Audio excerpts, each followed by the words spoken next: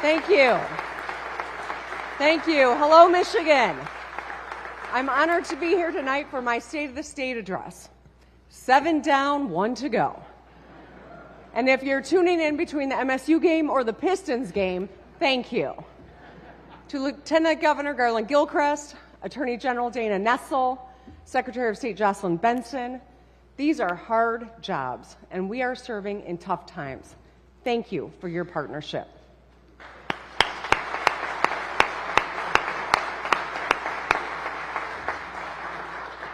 To the outgoing Chief Justice of the Michigan Supreme Court, Elizabeth Clement, thank you for protecting our Constitution and upholding the rule of law.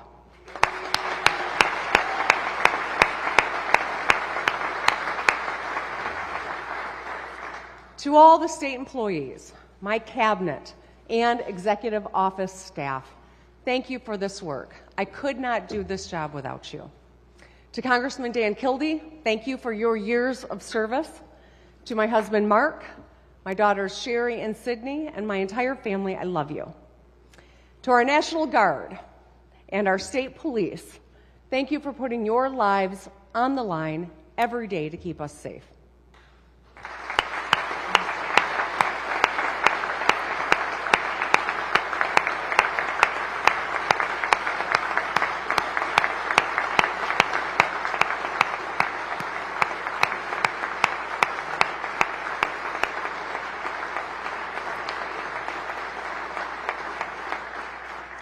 So to my friend leader Winnie Brinks and her husband Steve, I want to tell you a little bit about each of the 4 leaders tonight. They have 3 amazing daughters and are now, like Mark and me, celebrating an empty nest. Let me know when you stop paying their phone bills, Winnie. To leader Eric Nesbitt and his wife Tricia, who are expecting their 3rd child this Easter. Congratulations.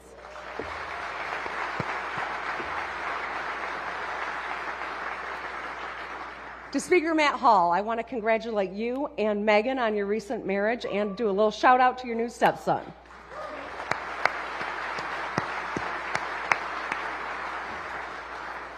To Leader Ranjit Puri and his wife Nidhi, are proud parents to 3 young boys, and I'm hoping they're going to be Lions fan, unlike their dad, who's a secret cheesehead.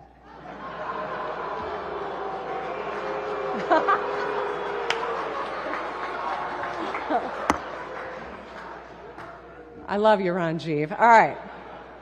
I'm looking forward to working with all 4 of you and your caucuses to get things done for the state of Michigan. Now let's take a moment to acknowledge another leader and legend, Debbie Stabenow. Please stand. Please stand, Senator.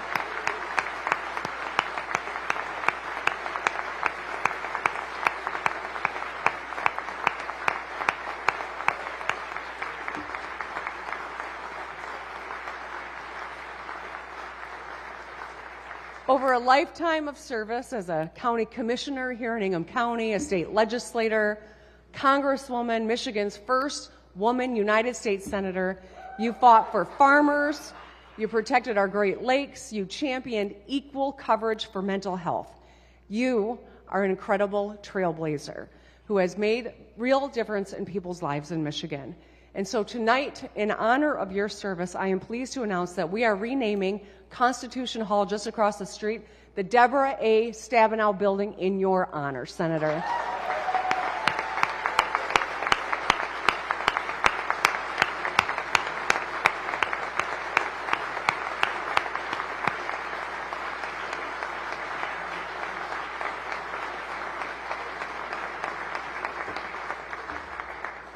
It's fitting that the building houses our state's agriculture and environmental departments who carry on your life's work. So thank you, Senator Stabenow. Finally, to my fellow Michiganders, I took an oath of office to serve the people of Michigan, and that means all the people of Michigan. That's my commitment to you, no matter who is in the White House or who is on the other side of the aisle in Lansing. Yes, I do hope to find common ground with President Trump and work with the Democratic-led Senate and Republican-led House on our shared priorities. Now, I'm not looking for fights, but I won't back down from them either. In Michigan, we have an opportunity and an obligation to lead by example. Our state represents America in every way, economically, geographically, politically, and socially. People from every walk of life call Michigan home. We don't always agree, but we move forward together. That is the source of our strength. Let's show the rest of the country how to get things done. Right now, I know that politics, especially national politics, can be exhausting. I feel it too. At a high level, we're facing two big challenges: economic uncertainty and political division. First, economics. It's hard to buy a house or car because of high interest rates. It's still hard to pay the bills. Just this month, inflation jumped back up to 3%. Businesses are facing uncertainty too. Industry leaders and top economic minds on both sides of the aisle are warning us about the havoc that 25% tariffs would wreak on Michigan's auto industry, while also raising expenses, everyday expenses for our families. And as for politics, there's no sugarcoating it. We seem very divided today. Partisanship has infected every aspect of our lives, driven by opportunistic politicians and media figures who live by a philosophy, I win if you lose. Their divisive rhetoric is amplified by algorithms designed to make us angry and keep us scrolling. We're all being manipulated by the largest and most powerful companies in the world, who profit more when we start to believe that we have nothing in common.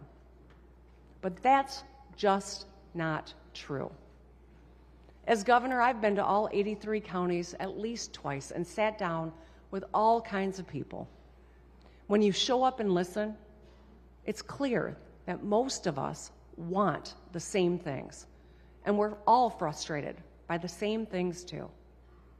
Our people are not as divided as our politics. I really believe that. I want to ask you all to take a moment and look at the insert in tonight's program. These are real quotes from Michiganders who live in your districts. And they're tired of the games. They're counting on us all to work together. We can't let them down. I'm reminded of a conversation I had a couple years ago with a retiree from Kalamazoo. He and his young neighbor have polar opposite political views. They put up yard signs supporting opposing candidates every 2 years.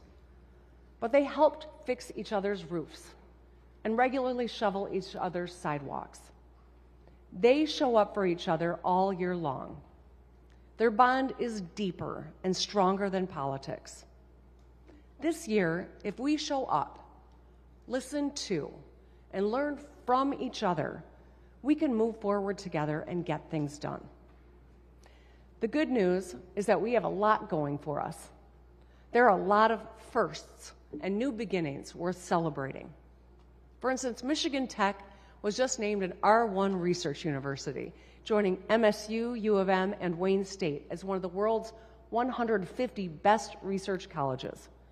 We expanded RX Kids, the nation's first ever program that puts money directly in the pockets of new moms and babies to improve their finances and health.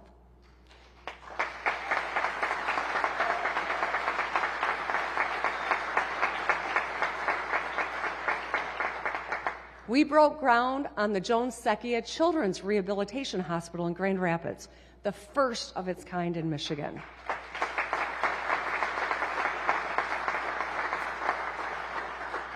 Palisades will be the first restarted nuclear power plant in American history, protecting 600 local union jobs and clean, reliable power for hundreds of thousands of people.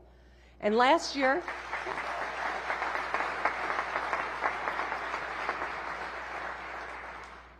Detroit reopened Michigan Central, hosted the largest NFL draft ever, and grew its population for the first time in 67 years.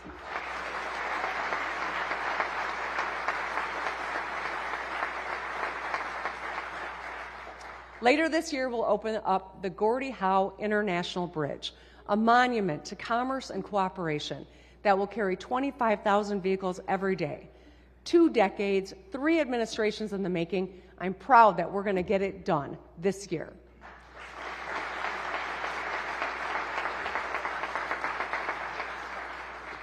And guess what? Our financial house is in order too. While other states are juggling multi-billion-dollar deficits, we've got a surplus. Our rainy day funds are at an all-time high of $2.7 billion. After this year's budget, we'll have paid down $26 billion of debt. Since I took office, we've been repeatedly named a top 10 state for business. We've grown our GDP by 35%, added nearly 40,000 auto jobs, and raised median household incomes by $16,000 to $77,000 a year. That is exciting stuff.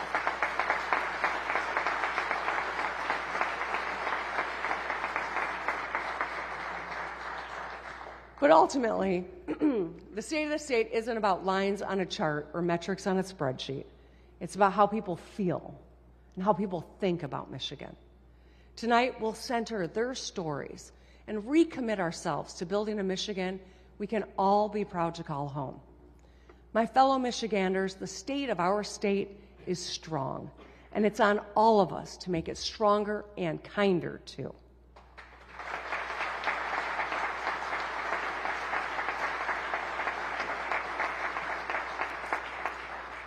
So a few weeks ago, I released my 7th budget after encouraging news that state revenues were $1 billion higher than expected. Michigan is on the move because Michiganders are hard at work. Let's show them that we are too, with a balanced, bipartisan budget by the end of June that's focused on the fundamentals.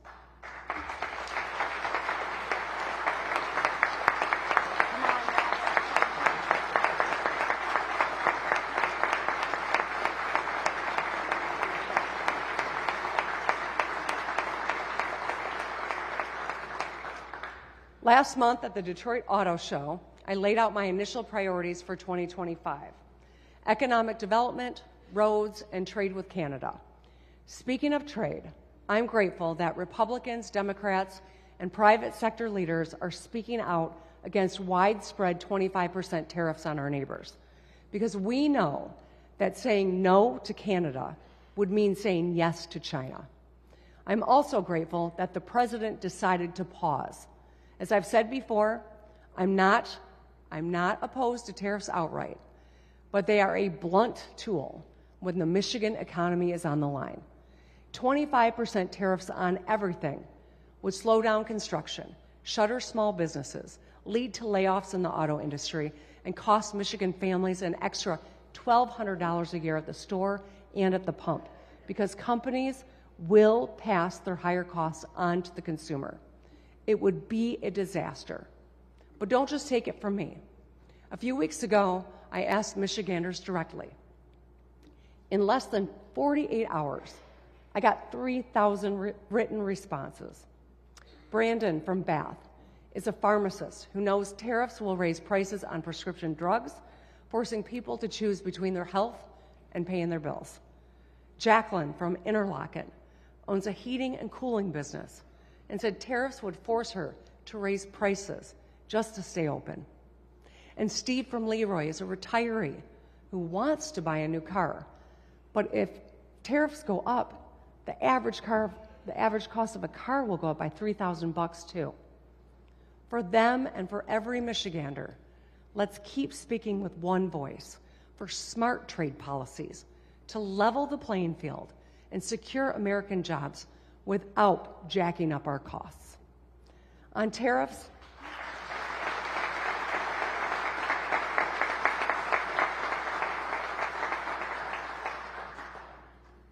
and every issue, Michiganders expect us to work together in Lansing because that's how things get done. As a legislator, I served in the minority for 14 years. That means this is my 21st state of the state, my God. I often partnered with my Republican colleagues, including on Healthy Michigan, our Medicaid expansion under the Affordable Care Act, that covers hundreds of thousands of people. As governor, I've signed 6 balanced bipartisan budgets and nearly 1,500 bipartisan bills, 1,000 of those under a Republican-controlled legislature. My North Star has always been collaboration. That's what governing means. You work with anyone to get things done.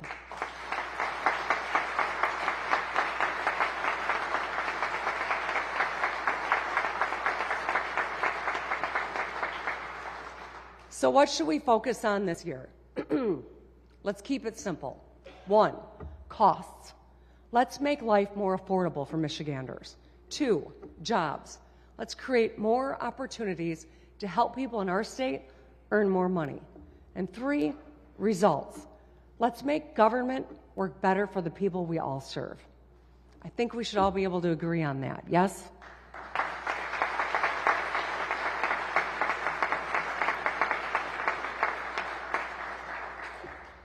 Lowering costs is our top priority. While no one in this room can single-handedly bring down prices, we can tackle the biggest items in your budget. Let's start with housing.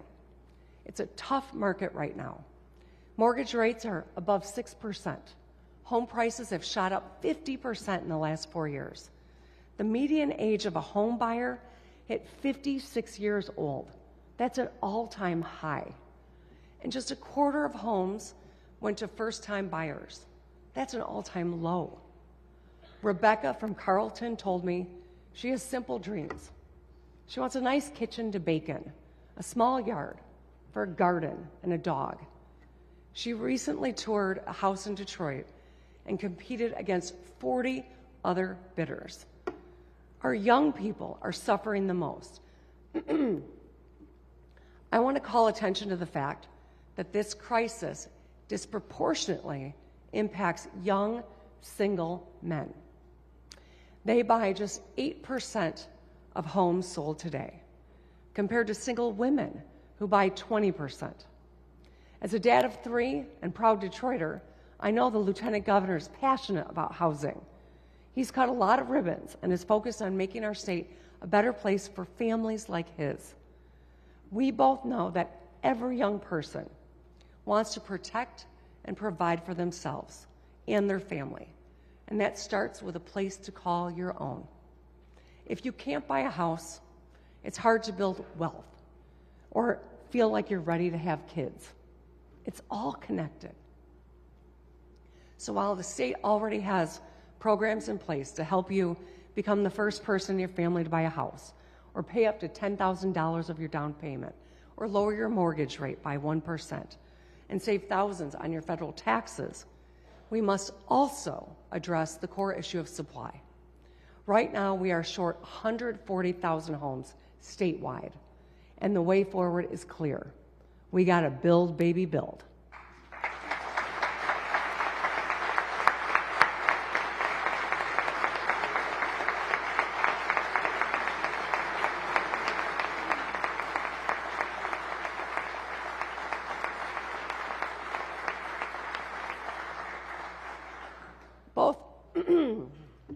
Both Texas and Minnesota built more housing and drove costs down.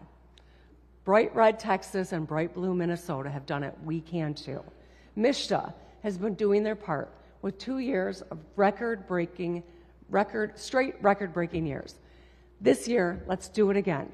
Let's invest $2 billion to build, buy, or fix nearly 11,000 homes.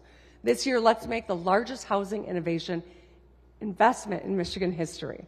Getting this done will create more than 10,000 construction jobs, lower costs, and help more people achieve the American dream. Let's get it done.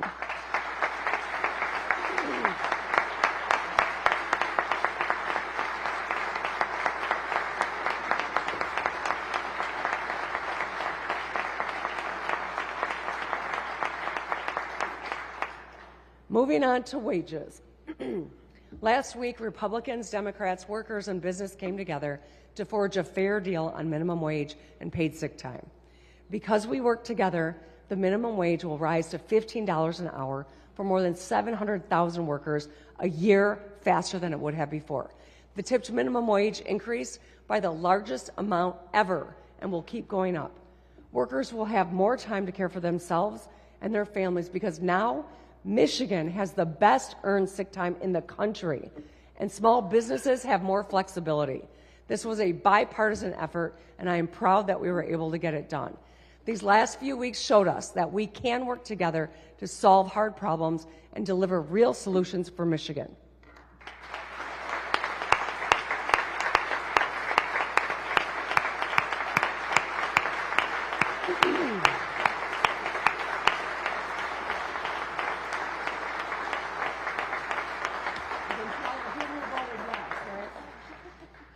Another big cost a lot of people bear is health care, including medical debt.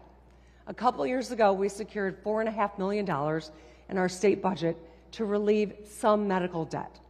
It was a good start, but it was just a start. With inflation and tariff talk, we need to find a more significant bipartisan way to help the nearly 700,000 Michiganders with medical debt. I want to thank Senator Sarah Anthony for her focus on this issue. We're one of just a few states with no consumer protections for medical debt, and that's not right. This year, let's work across the aisle to reduce medical debt so being sick or getting hurt doesn't also mean being broke for the rest of your life.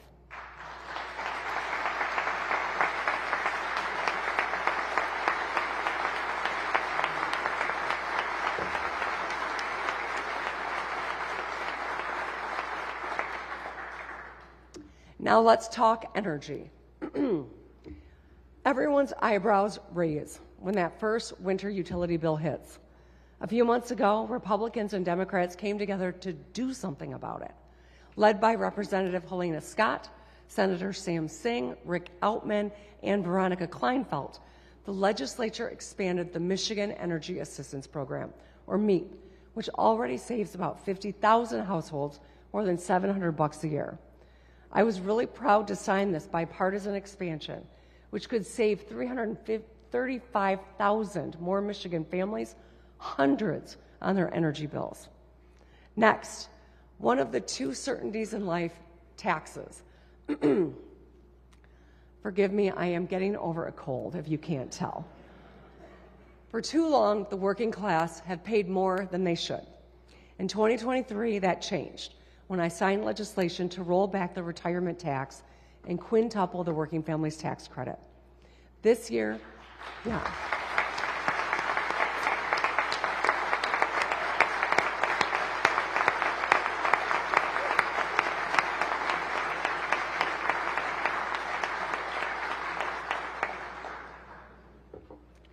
This year, hundreds of thousands of senior households will save an average of $1,000 on their taxes, and 650,000 families, home to half the children in Michigan, will get an average tax refund of $3,200. I want to thank Majority Leader Winnie Brinks for her work on both these common sense changes.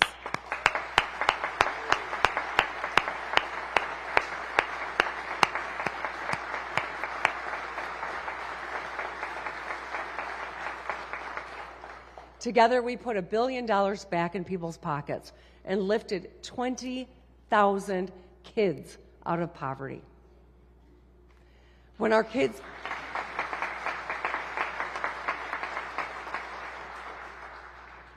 get a great start, they get a good foundation to build a good life. It's why we feed all 1.4 million public school students free breakfast and lunch, saving families nearly $900 a year per kid on groceries and valuable time in the morning. It's why we delivered free pre-K for all, so every 4-year-old can arrive at kindergarten better prepared to learn while saving their parents $10,000. It's why we expanded 3,600 child care centers to serve 37,000 more kids. But we still have work to do. Connor from Kalamazoo is an engineer, and his wife is a nurse. They both work. They have 2 kids and still struggle with the high cost of child care. Connor says it's one of the big reasons why a lot of his friends aren't having kids at all. I want to thank Representative Carol Glanville for her leadership here. If we want to grow our population, we must continue expanding affordable child care. This is pro-family, pro-child, and pro-growth policy. Let's get that done too.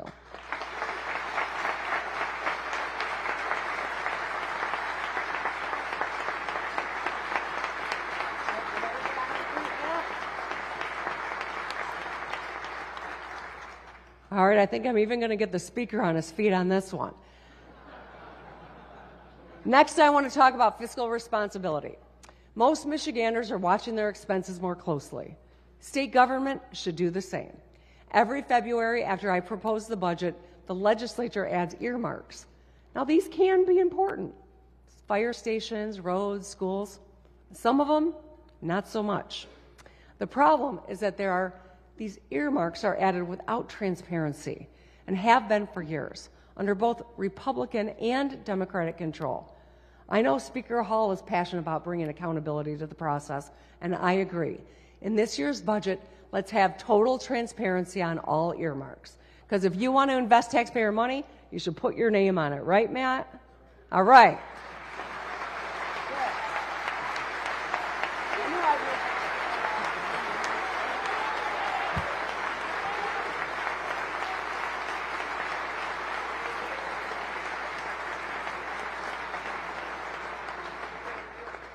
I mean, if they can do it in D.C., we sure as hell can too, right?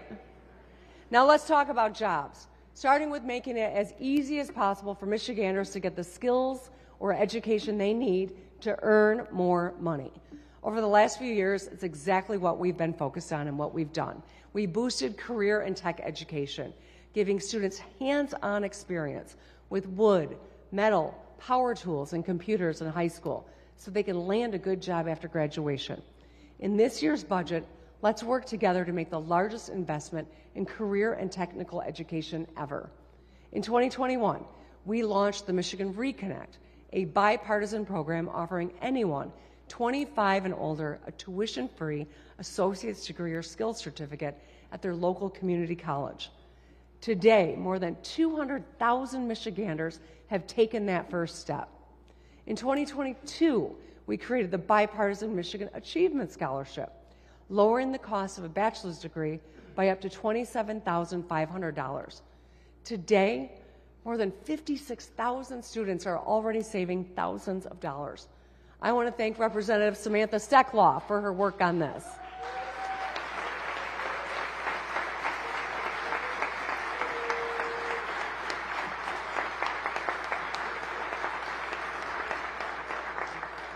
And just last year, we delivered the Community College Guarantee, giving every high school grad the opportunity to earn an associate's degree or skills certificate tuition-free.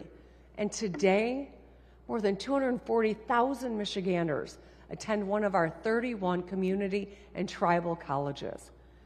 But just like with housing, there's a gender gap here in education too. Women outnumber men at our community colleges, universities, and most of all, in the Michigan Reconnect, where enrollment is 2-to-1 women to men. So we've built these great programs open to everyone, but we need to do a better job of getting more young men signed up. And that's why soon I'm signing an executive directive that will make an effort to reach more young men and boost their enrollment in higher education and skills training programs.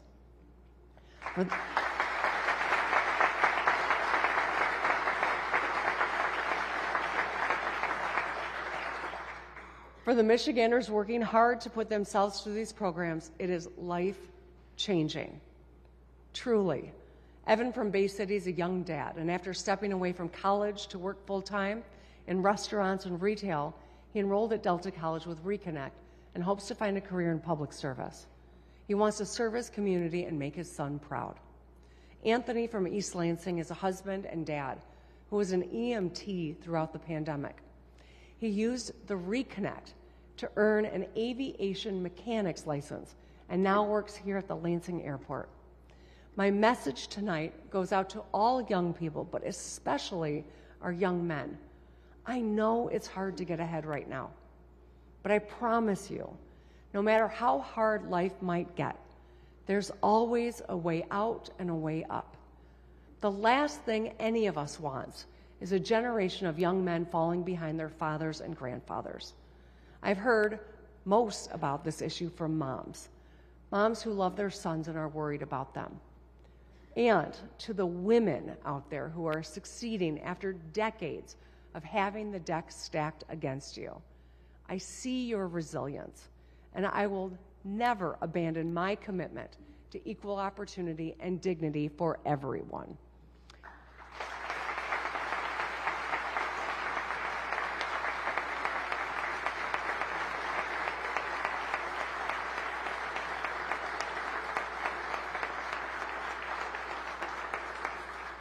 Generations of our moms and grandmas fought hard for the economic rights and personal freedoms we enjoy today. They made our lives easier, and our responsibility to our sons and daughters is to build a state where they can all succeed. As the mom of 2 smart, driven young women and stepmom to 3 successful young men, I know that their success is connected to the success of their peers, all of their peers. In Michigan, men and women want to protect and provide for their families, to be financially successful, and to be good role models.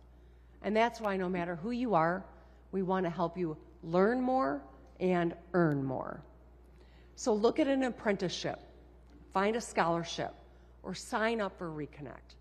Get your education debt-free and build the life you deserve.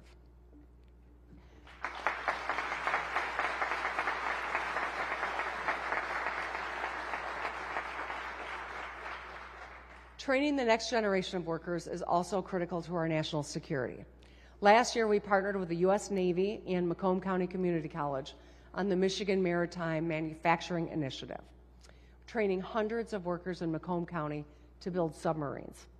The first class of workers will be graduating next month, and they're ready to build the biggest, baddest ships that keep our nation safe. But there's another, go ahead, Mai.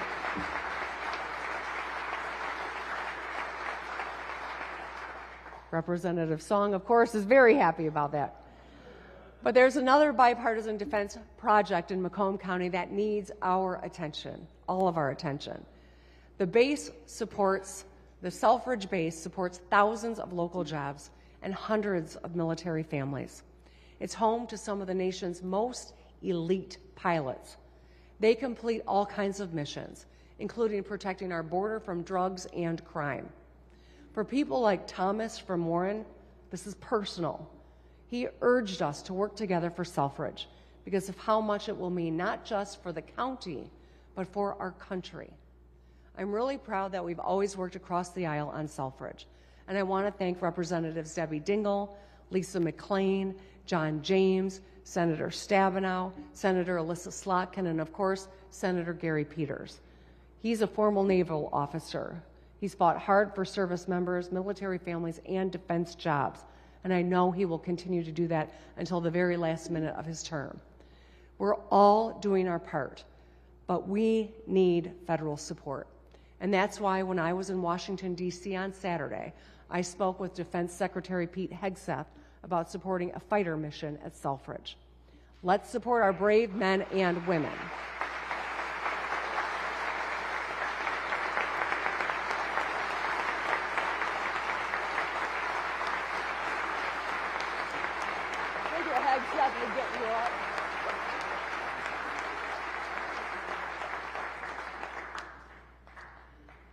I thought Candace Miller would like to hear that.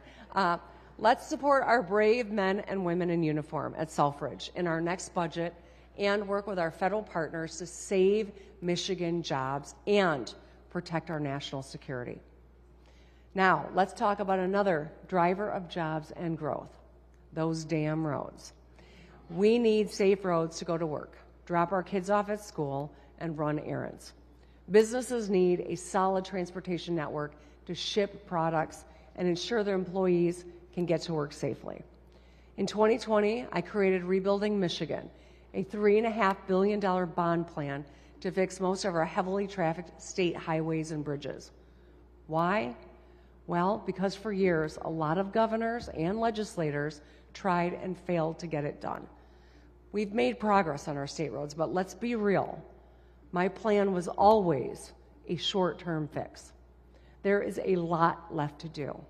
And with Rebuilding Michigan soon phasing out, we're facing a serious funding cliff.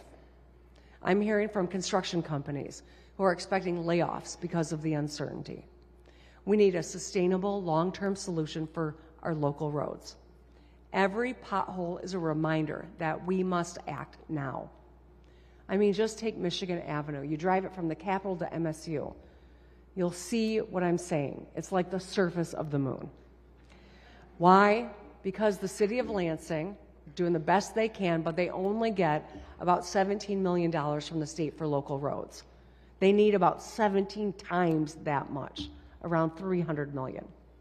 Michiganders in every part of our state are passionate about their roads. Phyllis from Rapid City was evocative in her description of Crystal Beach Road. It'll rattle your brains out, she said.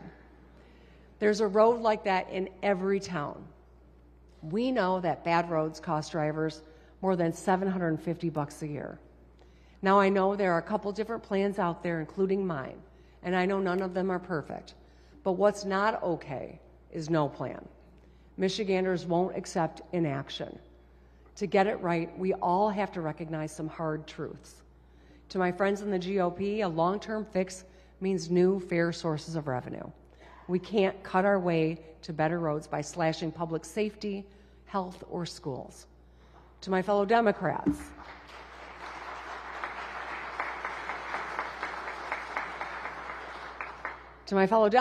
cuts will need to be a part of the solution.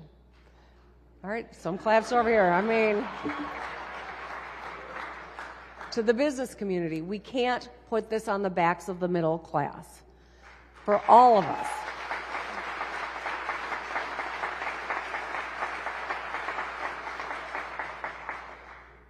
to be a part of the solution, we must all compromise, and that's the way it ought to be. Let's get back to the negotiating table in the coming days and weeks and find a long-term bipartisan solution so we can fix more of those damn roads.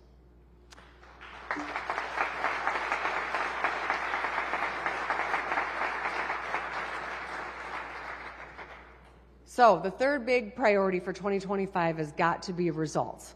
Let's start with permitting. Permitting has been broken for a long time, leading to slower construction, fewer jobs, and higher prices. In Michigan, we're done waiting around. We already revamped brownfield redevelopment, making it easier to turn abandoned property into new housing, factories, or parks.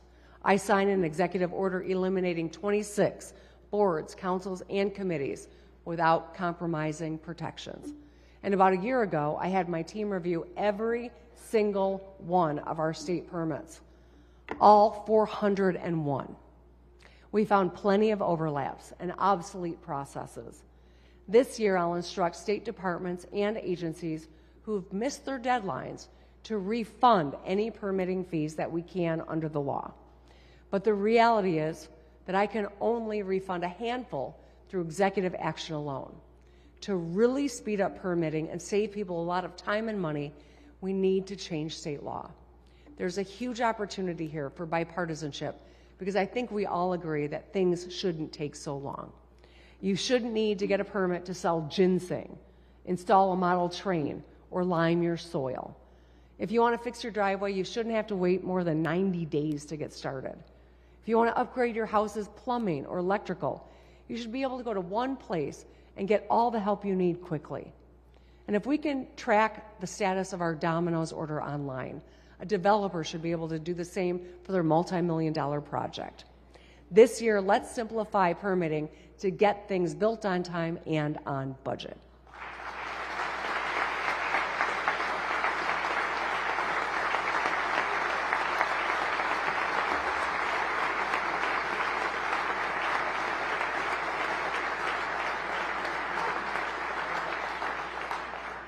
Moving on to licensing. A lot of our licensing rules and requirements don't make sense. Bethany from Lambertville and her husband, a painter, moved here from Ohio. He was fined for working on someone's house without a license, even though he had one in Ohio. That's ridiculous. Despite our football rivalry, I think we should honor their licenses. I know a lot of barbers and hairstylists go through this too. I know Representative Tyrone Carter, who's been working on this issue, agrees.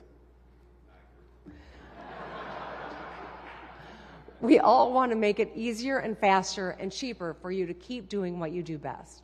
It's why I directed the Department of Licensing and Regulatory Affairs, or LARA, to review all of Michigan's regulations and find redundant rules.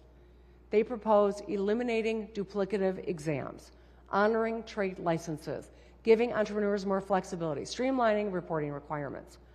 I can enact some of these changes alone through executive action, and I will, but others require a change in state law.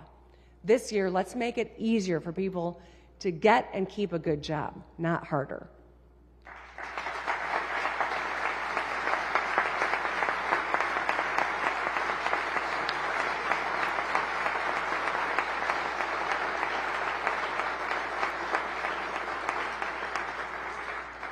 The last area where we must demand better results is in education. Since I took office, we closed the funding gap between schools and we built up our campuses. We raised teacher pay, cut retiree taxes, and trained thousands more educators. In my budget, I proposed $10,000 investment into every child in every school. We've done a lot of good, but here are some hard truths. Just 24% of our fourth graders can read proficiently. The same percentage of eighth graders are proficient in math. I get that this is a national trend, but the reality is we invest more per pupil than most states and achieve bottom 10 results. We spend more and we're getting less, and it's not acceptable. For our kids, let's do better. Let's face our literacy crisis with the fierce urgency it calls for. Late last year, I signed bipartisan legislation to use proven science of reading strategies like phonics. It's how a lot of us learn to read, and we should get back to it because it works. These new laws also require schools to test for dyslexia so they can identify students who need extra help early. I want to thank Representative Matt Kolazar, Senators Jeff Irwin and Dana Polhinke for their leadership here. Additionally, my education budget this year centered on the SMART plan, or students, metrics, and results with transparency. I propose targeting investments into schools where most kids are falling behind, changes to get funding into classrooms faster without bureaucracy, and more transparency to notify parents about performance. This year, let's pass a smart education budget and get our kids on track for the bright futures they all deserve.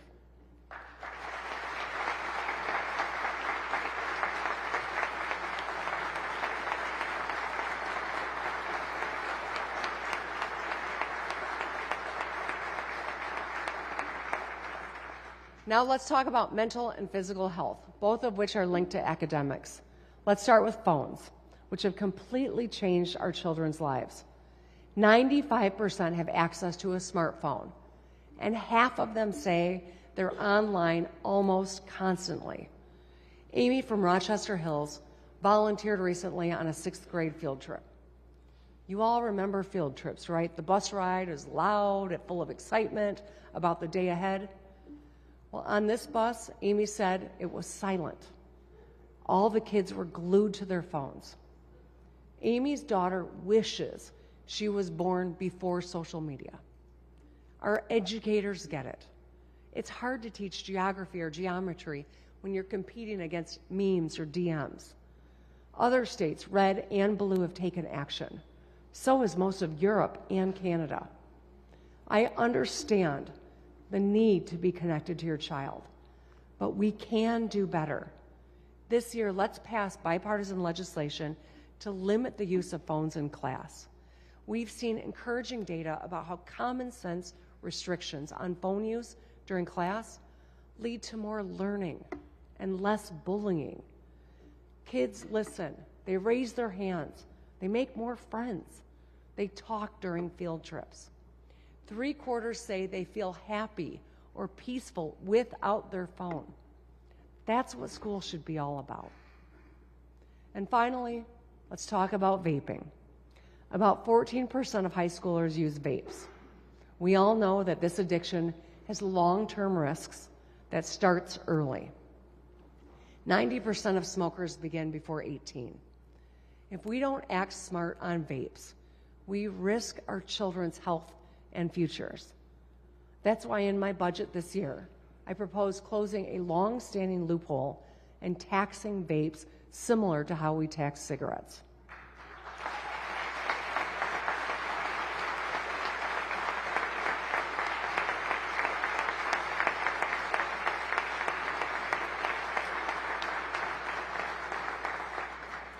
Thirty-two states, red and blue, already do the same, including all of our neighbors.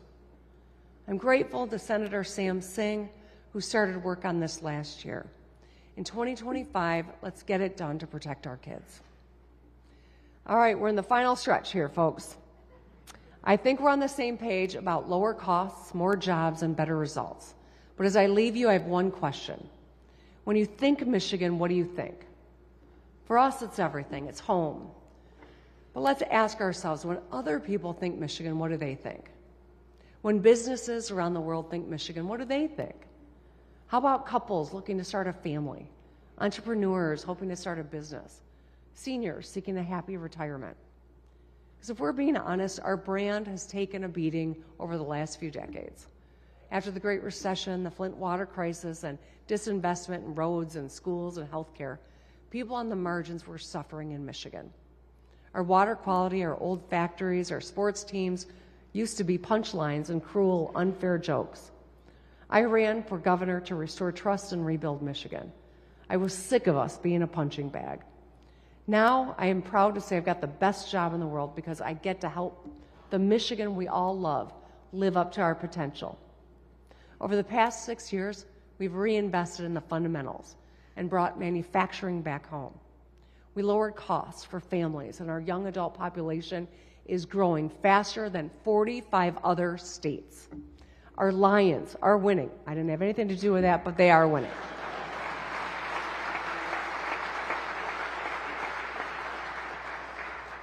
And now, in a divisive national moment where America needs a new way forward, Michigan can lead.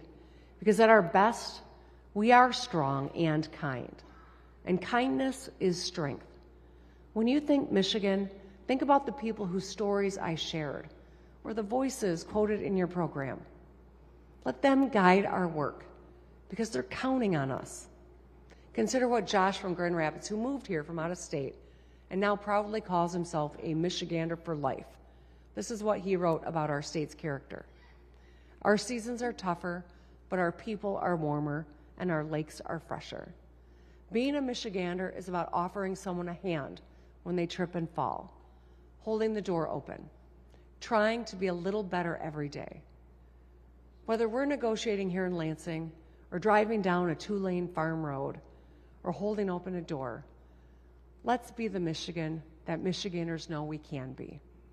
At a dark moment when bullying and lying seem to be in style, let's be intentional about putting light out into the world. Let's welcome challenges and embrace our differences and work together to get things done. Let's think Michigan. Thank you, drive safely, and good night.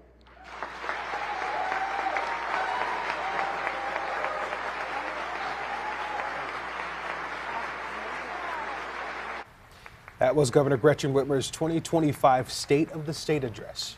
The Michigan GOP has already produced a response presented by Representative Brian Posthumus. Let's take a listen.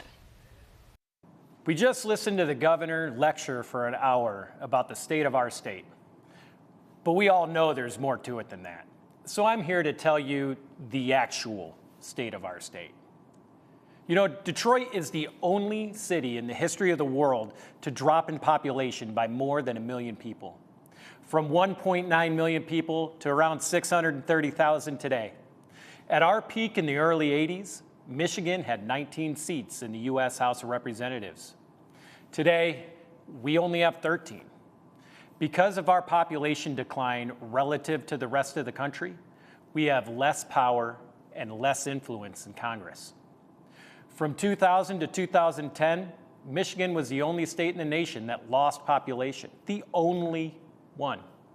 Under Governor Snyder, we were able to stop the bleeding, but we're stagnant once again.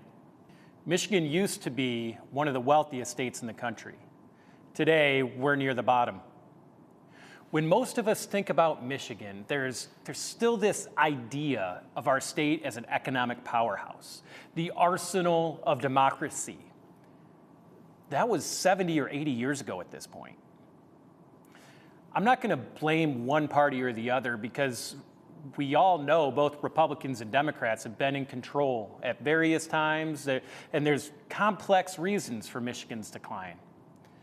But if we want the situation to be any different 10, 20 years from now, we need to take drastic action to fix it. Fortunately, those actions are pretty simple.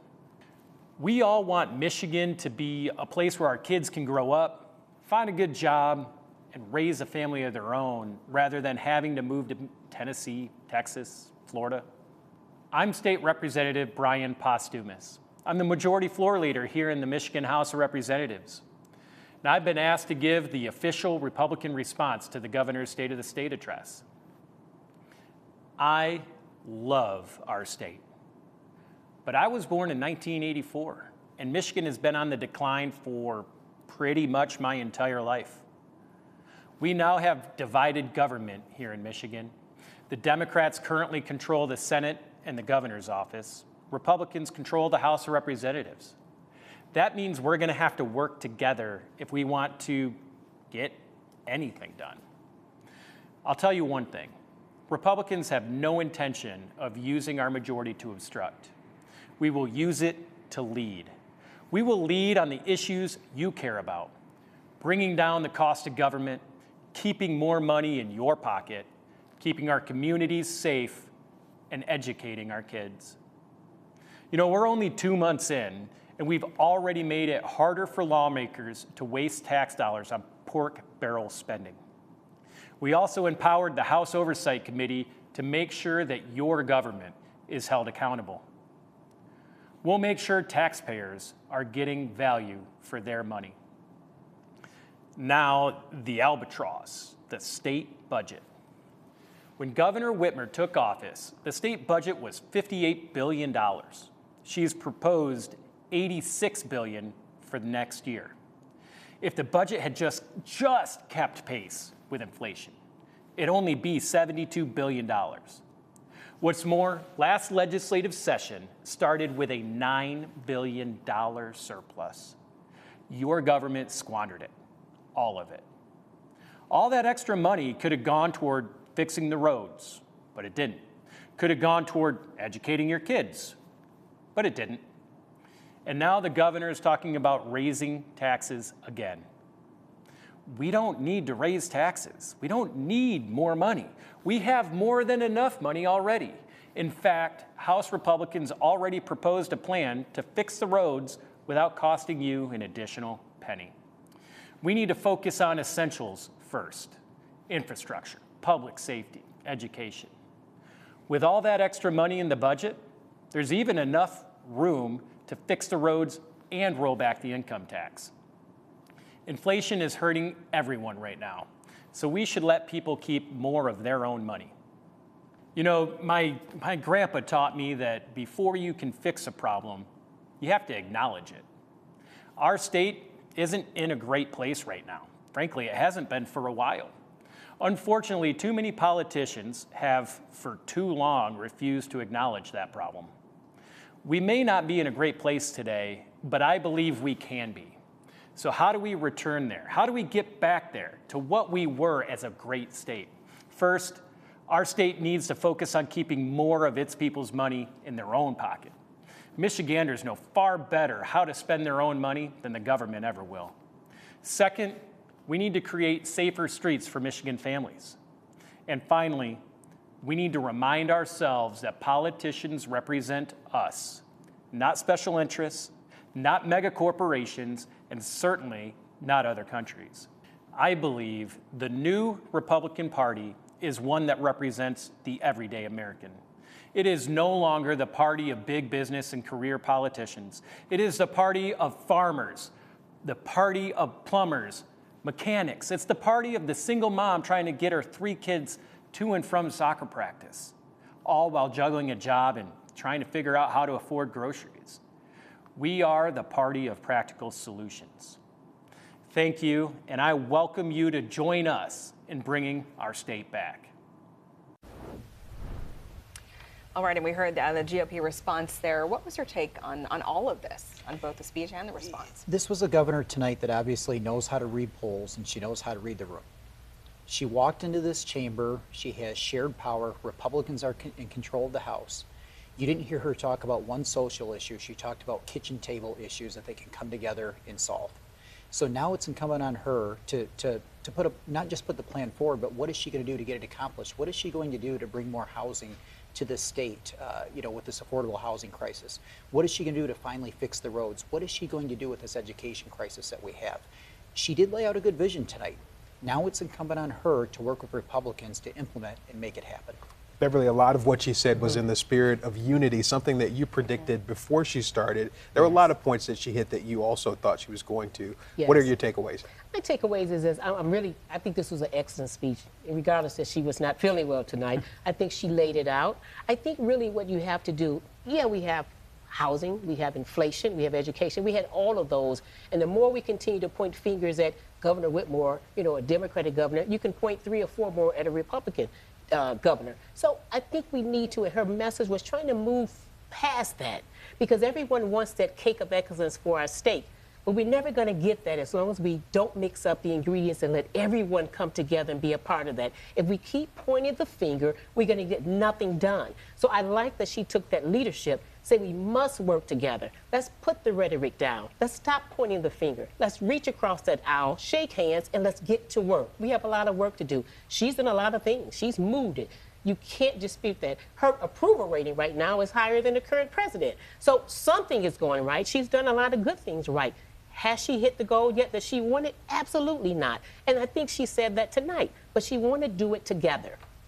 And Whitmer remarked on the state of the country, saying, in part, in a divisive national moment where America needs a new way forward, Michigan can lead, because at our best, we're strong and kind, and kindness is strength. She also added, my North Star has always been collaboration. That's what governing means. You work with anyone to get things done. So how are GOP representatives taking these messages?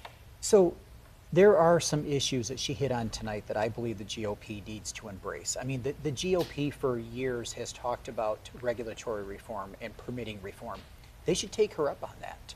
Transparency in the budget, they should take her up on that. In fact, if I was the Speaker of the House tonight, I would hold a press conference and I would ask the governor and the other legislative leaders to stand with me every Thursday after session, hold a joint press conference, and let's give the people of this state an update on where we are making progress on these issues. Yeah, something else you talked about was the fact that housing is too expensive and the cost of everything is too high. Yes. She also touched on the roads at one point, which is something you had mentioned earlier, Tom. She said that her plan and several other ones are not perfect. Did that give you any sense of her acknowledging the fact that there are still some issues that need to be tackled there? Well, I think the fact that she acknowledged that this plan is going to require cuts was her moving towards the middle. Now, whether or not she's going to be able to get new revenue, especially after having gone through a $9.2 billion surplus and not putting into any of that towards roads, might be an issue for the GOP.